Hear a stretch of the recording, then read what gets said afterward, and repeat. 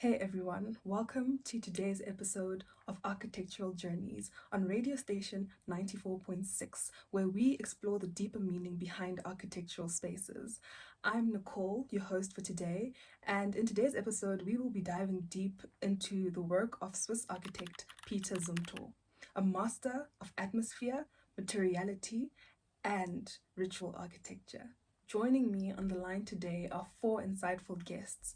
We have Haley, Shantae, Langalihle, and Christian, all bringing a unique perspective to today's discussion. Peter Zumthor's work is often described as poetic, immersive, and deeply rooted in human experience. He designs spaces that engage the senses and encourage ritual like experiences. But what does ritual in architecture mean? It's about transitions, movement, materiality, and the way a space influences our actions and emotions. To begin off, we will start by exploring one of his most celebrated works, the Thermvals in Switzerland. Haley, may you please start us off? Absolutely, and thank you for having me, Nicole. Thermvals, completed in 1996, is a powerful example of how ritual can be embedded into architecture. The thermal baths aren't simply a place to bathe, they're designed as a choreographed journey. From the entrance, where you walk down a flight of stairs and move through a series of narrow, dimly lit corridors that gradually open into expansive bathing chambers. These transitions, from enclosed to open, from cold to warm, from darkness into light, create a rhythmic experience that feels both sacred and meditative. Each space is revealed slowly, almost like chapters in a story, heightening anticipation and deepening the sense of presence. Zumta's work reinforces the idea of ritual in a space through the changing temperatures of the pools, the acoustics of soft murmurs echoing through stone, and the diffused ambient lighting all contribute to this immersive atmosphere. The architecture quite literally guides the body into a state of reflection and calm. Sumte is meticulous in his use of materials, especially in how they engage the senses. At Thermvals, the use of locally quarried stone carries a primal, almost cave like environment. When you touch the textured surfaces, feel the temperature of the water, or hear your own breath reverberating off the walls, you're pulled into a heightened awareness of your own body in space. It transforms the simple act of bathing into a profound ritual of cleansing and renewal. There's also a strong dialogue with nature. The building is embedded into the mountainside, and Zumta frames these views of the landscape in intentional ways, like a series of living paintings. Despite the building's simple look, it carries a profound sense of ritual, and I find that beautiful. Thank you for your time. Haley, thank you so much for your time and that wonderful, wonderful perspective that you have just given us. This tactile approach that you just mentioned is also very much evident in the Bruderklause Field Chapel in Germany. Shante, may you please tell us what makes this space feel so ritualistic? Hi Nicole, thank you for having me. Yeah, the Bruderklause Chapel by Peter Zumthor, it's honestly one of the most powerful spaces I've done research about or actually encountered.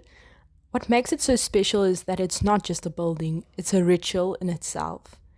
You have to walk through a field to get to it, which already sets a different pace. There's no cars, no distractions, just you and the land.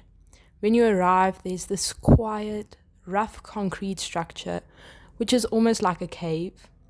The entrance also is very small, so you actually have to bow your head to go in. It's subtle, but it shifts something within you. You're entering a space meant for reflection, not for performance.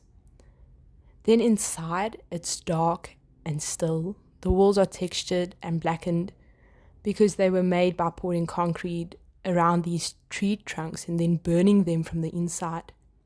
So now it's almost like there's only a memory left, the rest was burned. It's almost like it's the ghost in a wall. There's a single opening at the top, which let light in, and then throughout the structure there's hundreds of little spaces that lets this light in, that kind of makes it seem like it's a starry night on the inside. It just makes it feel so much more magical. The whole thing is also stripped back, it's raw, but it moves you incredibly. Something so simple, yet it can have such a powerful meaning. It really brings you to a space where you can just relax and reflect on what you're feeling, everything from how you approach it from the start up until the middle. So he's inviting you into this space where you feel something deeper, and that's what makes it a ritual. The journey, the stillness, the transformation you go through just by being there. And that is my take on how Peter uses all these buildings to create a ritual. And this one is so simple, yet so effective. Wow, absolutely beautiful. Thank you for that, Shantae. The interaction between space and light is something that Zumthor excels at. His Columba Art Museum in Cologne, built over the ruins of a bombed church, take this idea further. Christian, may you please tell us about this project? Thank you, Nicole, for having me.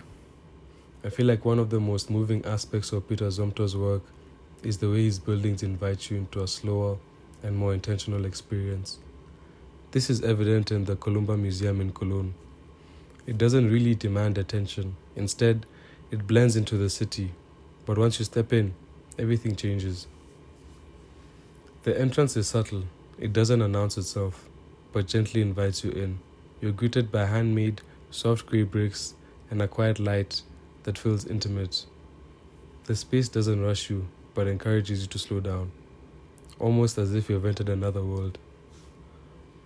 Columba is built over the ruins of Saint Columba, a Gothic church which was bombed during the World War II. The building is designed around these remains, with floating paths raised above the ruins. As you walk, the light filters through the perforated brick walls, creating a soft and never-changing glow, which is calming. Inside, the movement is slow and intuitive. The space isn't about bold lines or direct paths. It feels more like you're being guided. One of the most intimate moments is the Madonna of the Ruins Chapel, which is tucked quietly within the building. It doesn't really feel like a grand reveal, but more like a discovery. The materials add to this sense of calm. The smooth concrete interiors and limestone floors create a seamless visual flow. Zumthor choreographs your attention, allowing you to pause, shift focus, and be present without forcing it. Columba isn't just about displaying art. It's about the experience it offers. The way the space, materials, and light work together invites reflection, memory, and emotion. It makes you feel like you're part of something older, something that continues through you. That was powerful. Thank you so much for that, Christian. Last but not least, we have Langa Lihle. Langa, you didn't tell me which building you are going to speak about today. So I'm really interested to know which building you chose. So please take the floor. Hi, Nicole. Thank you so much for having me today. Just adding to the conversation of the ritual of architecture regarding to Peter Zumthor. Can we talk about the Saint Benedict Chapel? Hello.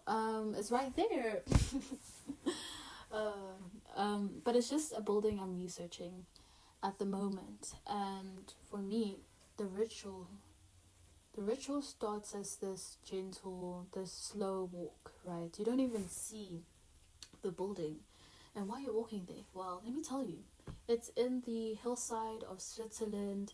It's not very dense in terms of population. It's still silent and quiet. And I feel like the building echoes that energy. So you begin this gentle pilgrimage through the landscape. And it's just you, the mountain, and time to think. Then it appears you see it. It's curved, humble, wooden, more like a listening shell than a building. It leans into the slope like it's grown there, and when you reach it, there's no grand entrance, just a simple door and an invitation to slow down. And for a very spiritual space, I think centering yourself and slowing down and mindfulness is very important, right?